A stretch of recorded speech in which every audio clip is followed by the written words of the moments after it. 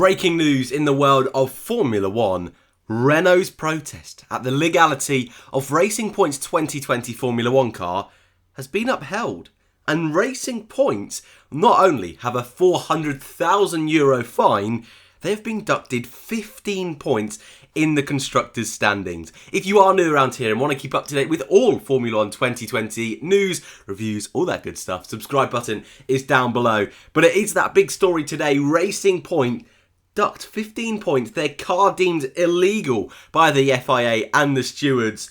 How has this happened? How have we got to this point? Well, a quick history.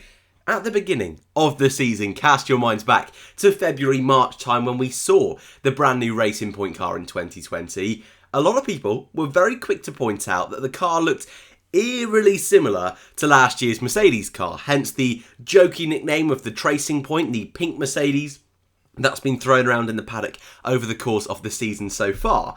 And though a lot of teams were sceptical about the legality of the design, Racing Point came out and said, look, we have seriously taken a lot of inspiration from that 2019 Mercedes. We have taken pictures, we've analysed photos, TV footage, manipulated our own designs to make a car similar, but not an exact copy. Renault, being Renault, not too happy with that answer, have protested at every single Grand Prix since the Styrian Grand Prix, the second race of the season.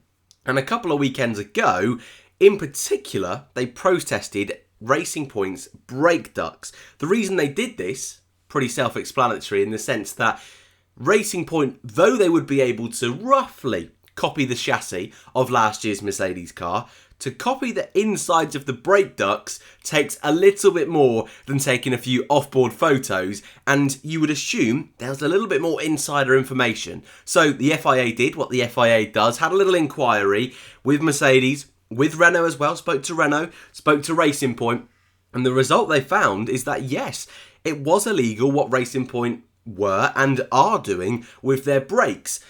Last season, brakes were not listed parts, meaning that teams, Haas is a great example, buying off Ferrari, and Racing Point were able to buy off Mercedes.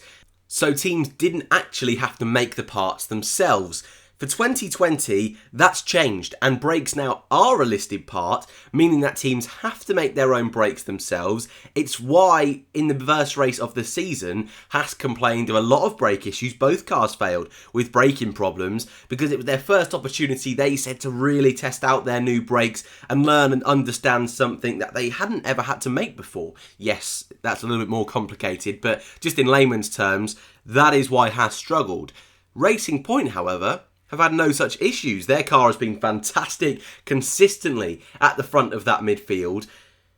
But what it has found out to be is that their brakes is heavily inspired by last year's Mercedes brakes that they bought off Mercedes. Again, there's a lot of black and white lines here where the FIA could have taken any kind of stance, and as always in Formula One, we're never going to find out all the details, but it's this point of the story where the FIA decided, you know what, enough is enough, that is way too heavily inspired. There are CAD designs used from Mercedes last year, which suggests that the parts were not fully made and produced by Racing Point, hence the fine, hence the points deduction. But the story doesn't quite end there, because that was for the Styrian Grand Prix. 7.5 points fined per car, €200,000 per car, so 400,015 points. But since the Styrian Grand Prix, we have also had the Hungarian Grand Prix, Lance Stroll, 4th place, a brilliant result, and Silverstone. This weekend again returning to Silverstone for the 70th anniversary Grand Prix. So that's 3 races they've been using these illegal brakes. And what are the FIA going to do about it? Pretty much nothing. And this is kind of a result of the entire global situation at the moment, with teams being strapped for cash, with Formula One being on such a rush schedule. It would be almost impossible for Racing Point to suddenly just magic up some brand new brakes that weren't at all inspired by Mercedes. So the FIA have said, look, we're happy to let you reuse them for the rest of the season. However, each time you do use them, you will get a reprimand. So they've got penalised for the first instance, but for the Hungarian Grand Prix, last time out at the British Grand Prix, today, next time out and so on, they will only get reprimands. And there's questions about that we've often seen in Formula 1 in the past. Too many reprimands can mean more points deductions, can mean penalties for drivers. But I don't think that's going to happen in this place. Again, we are in uncharted territory. We have never seen such a compact Formula 1 schedule. And that wouldn't surprise me if the FIA had taken that into account. But it just makes you wonder, teams like Renault that have already protested, will they protest again? This doesn't seem like a particularly harsh penalty for something that was clearly outlined in the rules a long time ago, way before 2020 even got underway. Teams like McLaren, teams like AlphaTauri, who now are only 14 points behind Racing Point after that points deduction.